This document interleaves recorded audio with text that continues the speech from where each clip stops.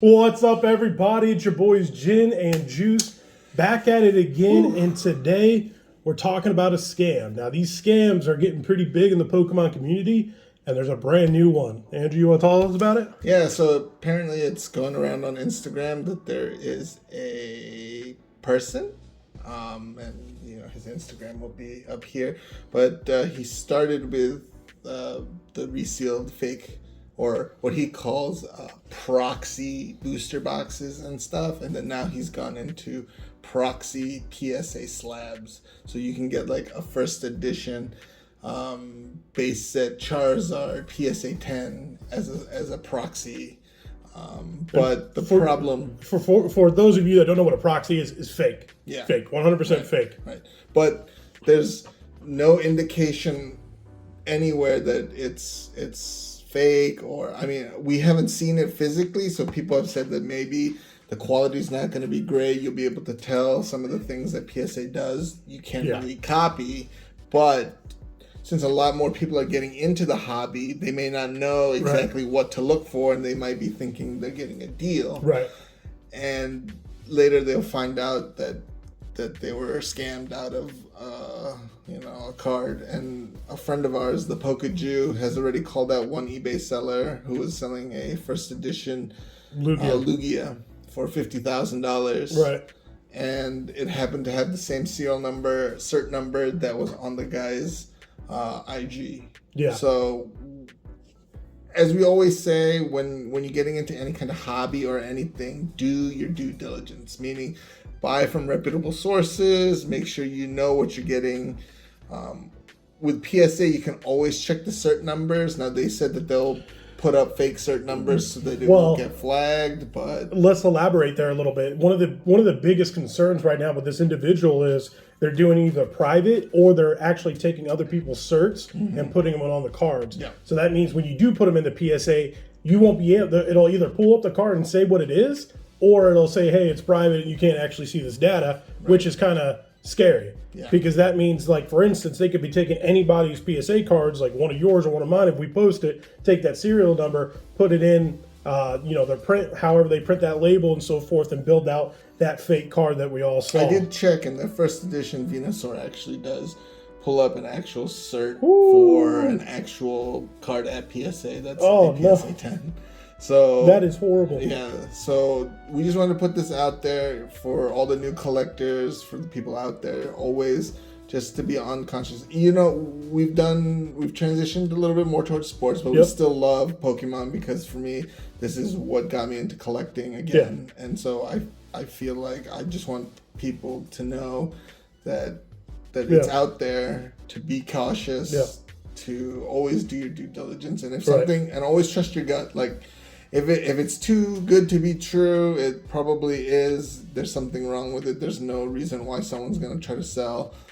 I think that Lugia sold for like 100,000 or something like that, for even like half the price. Yeah, it definitely came down a little bit, but you're right. If you see a card that is a big time card, first edition Lugia, prime example. If you see that card and you see it on eBay for a lot cheaper than what it was, it's probably more than likely a fake. Now, on top of that, not only are these PSA slabs, because like I looked a little closely, and to me it looks like the font's a little bit different, and this, like, the shiny part of the PSA sticker is a little bit different. It's hard to see here, but when you actually have the slab up and close and personal, you'll be able to tell. But the problem is you can't hold the slab when you're buying the card online, so you're only going based off what pictures are there, which then gets a little bit more difficult. Right, and so you always want to, when you buy it in a method that protects you as the buyer. So, like, I don't know how eBay would handle it, but in the case, let's say I did buy it, I did realize that it's fake, I put in the complaint, the guy could argue that it's exactly as pictured. So, it would be against my word against his. So, you just don't know how it'll play out, but just always be cautious about it and buy it in a way that protects yourself. The good thing about eBay is eBay does have this, this seller guarantee, or the buyer's guarantee. I mean, so that means that the buyer actually buys a card and they find one little thing wrong with it, that they're going to be able to return it. And eBay, works more for the buyer than they do the seller. which which is in a lot of cases is really good in like cases like this. But at the end of the day, like Andrew was mentioning, buy from reputable sources, do your due diligence, and really just be careful as you're collecting. If it's a too good to be true, it's more than likely too good to be true. Now, on top of that, this is the brand new one. Yep. There's been other scams in the past couple of months that have come up. You mentioned the booster box. I don't know if it's the same guy or not, but it started I feel like overseas, but these fake booster boxes that were being created and looked identical to WotC boxes were being, set up and filled with stuff, and they were selling stuff online. The crazy and thing forth. was the guy would put in evolution packs inside the base set box, first edition box, and then he would make sure that it would weigh exactly the same as a normal base set booster box would within the range, and then they would sell it as so that you could have a first edition base set booster box without having to pay. But obviously, it would just be a display piece. But people were taking that, I think it was like $1,000 box and trying to sell it for like 10x, 20x. And I heard stories of people actually buying the base set box or buying a jungle box. They get it and it's 100% fake. They open it up and wow, they couldn't believe it. And that sucks. And then I know our good friend Alex Hodges, he made a TikTok about it, but he bought a Charizard card just to show how fake it was. And boy, oh boy, it was just a sticker slapped on top, and it was in a case and so forth. It was just really the hobby's getting to a point. The popularity of Pokemon's taking off, and somewhat you can tell it's dying down a little bit, and things are correcting, which is a really good thing. But a lot of times people just find that like the bigger something gets, people, evil people out there find a way to make money. And try to make really quick money very quickly, creating all these fake stuff. Now, when it comes to fake products, definitely don't support that. This is completely different than custom cards made, like where Andrew and I were on a card, or we did the King Bell Sprout or things like that. That's completely different. That's like for the love of the hobby to have you on your card. When it comes to fake cards and people selling them to look exactly like a real thing and giving the power to the individual that holds that to scam someone, that is a big no-no. Now, people will say, like, but I'm just making the card. What people do with it is their business, not mine. I can't control the person who buys it and tries to resell it. Yes, that's true, but you're providing a vehicle for them to use to scam people. So in a way, you are responsible, because you should be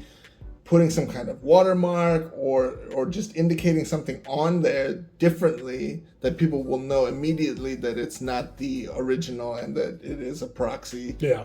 Like the championship cards. Yep. Whenever a tournament happens and the winner wins, they make a championship deck, and they actually put on the back, it says championship, World Championship, Championship, whatever the year is, and it's actually not tournament playable. I mean, obviously you can play with your friends, and it's a cheap way to get like some of the really nicer decks.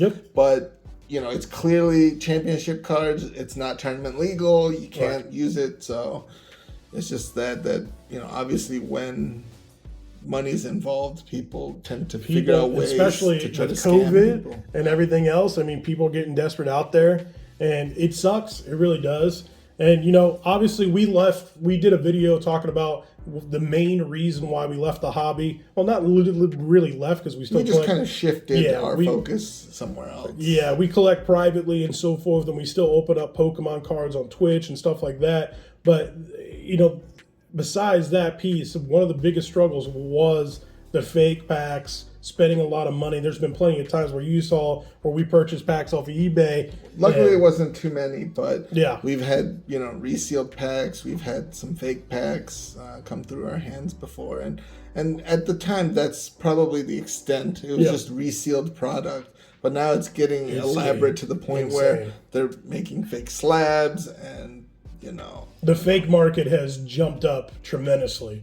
So this is just a PSA video in the sense of be careful, make sure you know what you're doing, make sure you buy from the reputable sources, and so forth. So keep that in mind, and as you grow your collection, just take precautions. That's all we say. And if you guys want us to get into a little bit more detail on maybe things to look for and stuff like that, leave a comment down below, and we'll do our best to educate as many people as we can about how to spot fakes, how to just just protect yourself. Yep. Because at the end of the day, we enjoy collecting, and we want you guys to have a good experience collecting too. I would rather lose money and get scammed than see somebody, one of our viewers or anybody else in the community, especially when they put their hard. Yeah, when they work hard to get a card that they really enjoy, and then they get scammed out of it. It just sucks. Yeah. So, just a PSA. There you go. Until next time, we'll talk to you soon. Deuces. Yeah.